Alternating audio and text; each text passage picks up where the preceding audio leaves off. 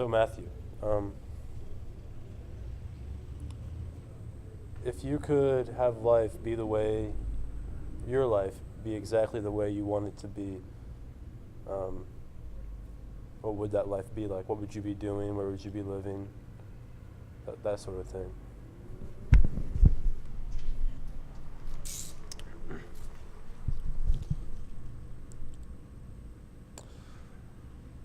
Well, Matthew, it's a good question. I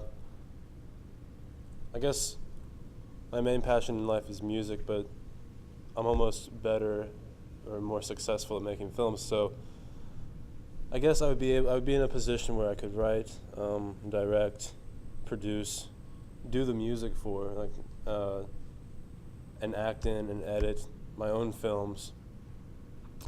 And I would have places, if I had enough money, if that ever happened, I would have places in all over the world, maybe an apartment in Paris or just outside of Paris, or a nice house in a village outside of London too, so I could just go to all these different places whenever I felt like it. I think that's what my life would be like. Sorry. You can go ahead. 2 minutes. All right. All right. This one's for real though. Yep. Okay. Nick, can you tell us a little bit about your role here at Thomas Hall and what you do, what your job is here? I'm a resident assistant here. This is my first year as a resident assistant. My responsibilities include locking up, making sure that the residents, have their keys and everything. If they get locked out of their rooms, I'm the person that they go to. Mm-hmm. Well, what's the most common thing you deal with as an RA? Blackouts. People locking themselves out of their rooms. Mm-hmm. Every now and then, we do rounds once a week, and we alternate weekends. And on rounds, we just walk through the building, make sure that people are doing what they're supposed to in their rooms. So do you feel like that there's a barrier between developing an actual friendship with the residents because of the power differences? I don't think that, at least the residents on my floor really see it as kind of a power hierarchy. I'm more of a person that's there to assist them and to help them if they have any questions about the dorms or life on campus or anything. I'm the person they go to. I made it very clear to them that I'm not out to get them or to catch them getting into trouble or doing anything wrong.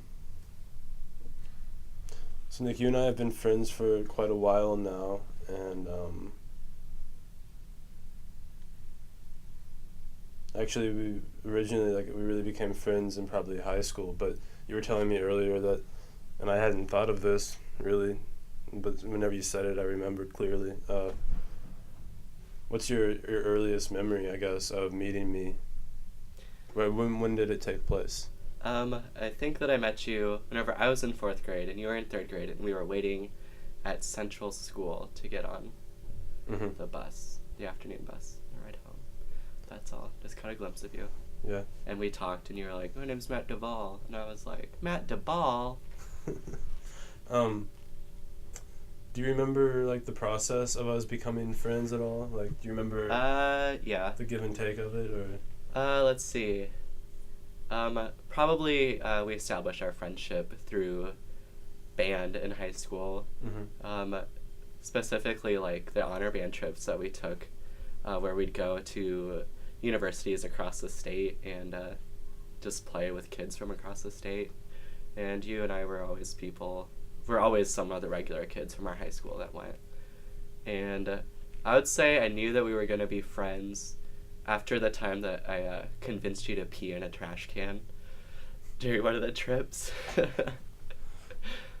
And also the time that you allowed me to put a dog collar around your neck and I walked you into a hotel lobby with a leash. So the two things that stand out in your mind is saying, this person is my friend, this is someone I can relate to, this is someone I can empathize with, was whenever I peed in a trash can and wore a dog collar. Is that correct? Yes or no? Basically, yes. Okay.